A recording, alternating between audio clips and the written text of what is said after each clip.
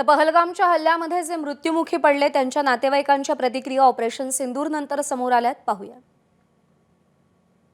एकदम योग्य नाव दिलेले सिंदूर हे नाव, कारण सगळ्या लेडीजला ते सन्मानपूर्वकच आहे।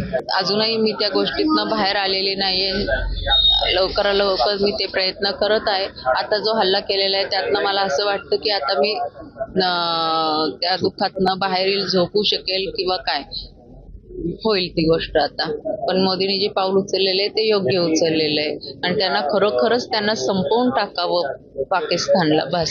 ह्या प्रत्युत्तराच्या आम्ही वाट बघत होतो बऱ्याच दिवसांपासून आणि सरकारने ते दिले, त्याबद्दल आम्ही सरकारला आभार मानतो। कारण की ह्या खऱ्या अर्थाने ह्या शहीदांना ही श्रद्धांजली असेल। यामध्ये हे ऑपरेशन सिंदूर जे नाव दिले ते अति योग्य दिलेलं आहे असं मला वाटतं। कारण की ह्या महिलांच्या समोर, आईच्या समोर त्यांनी ज्या क्रूरतेने वडिलांचा हत्या केली आणि हे सगळ्यांना मारलं आणि त्यांना सांगितलं की तुम्ही मोदींना जाऊन सांगा आम्ही महिलांना आणि लहान मुलांना नाही मारत, तर त्याचं उत्तर पंतप्रधानांनी योग्य दिलंय असं मला वाटतं। मोदी सरांनी हे जे ऑपरेशन सिंदूर केलं त्यातनं त्यांनी ह्या सगळ्या 30 जणांना श्रद्धांजलीच वाहिलेली आहे आणि त्यांनी आता जे हे ऑपरेशन सिंदूर नाव दिलं तर त्याच्यासाठी मी त्यांची खूप आभारी आहे। कारण त्यांनी आमच्या भावना जाणून घेतल्या। आमचं कुंकू त्या भ्याड दहशतवाद्यांनी पुसलं आमच्या समोर। ऑपरेशन सिंदूर हे नाव देऊन त्या दहशतवाद्यांच्या त्या तळांवरती, त्या मदरशांवरती किंवा त्या 9 ठिकाणांवरती जो हल्ला केलाय तो अतिशय योग्य आहे।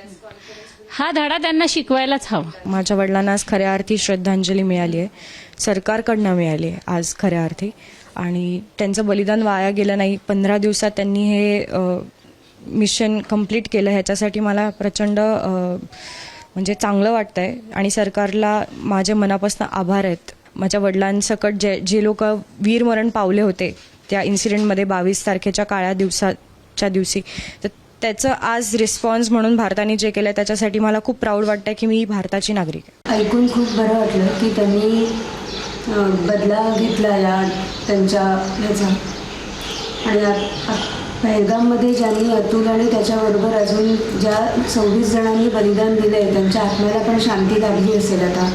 आणि भारत सरकारने जे काही बदला घेतला आहे त्यावर त्यांचे आभारच आहेत। आणि ही त्यांनी आता सुरुवात केली आहे। दहशतवादाचं त्यांनी मूळ नष्ट करावं अशी माझी इच्छा आहे।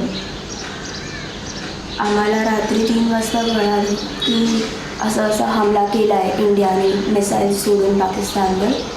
तर हे ऐकून खूपच आनंद झाला मला की भारत या जी घटना झाली पहलगाममध्ये त्यावर त्यांनी खूप लगेच ॲक्शन घेतली आणि घेत आहे।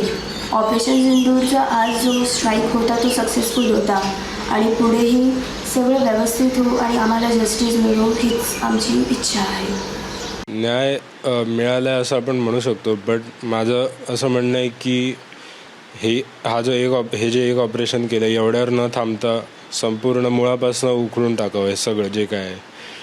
त्यामुळे कंटिन्यू असे अटॅक्स करत राहावे। टी व्हीवरती मी हेडलाईन वाचली तर तेव्हा थोडं समाधान वाटलं की, आणि एक आठवण आली जुनी की जेव्हा पुलवामा अटॅक झालेला त्यावेळेला बाबांनी मला असं मिठी मारली होती की म्हणजे, तर माझं असं आहे की त्यांना थोडं शांती मिळाली असेल की आपण उगाच नाही मेलो, देशासाठी मेलो आणि देश आपल्या पाठी आहे।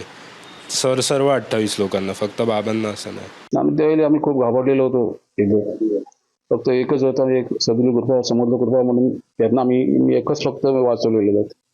कारण जेवढे जे गोळी लागले सर्व ते बॉर्डर पडले होते। मी प्रत्यक्ष अनुभवलो, प्रत्यक्ष मी एकच फक्त त्याच्यामध्ये समुद्र कृपेने वाचवलो।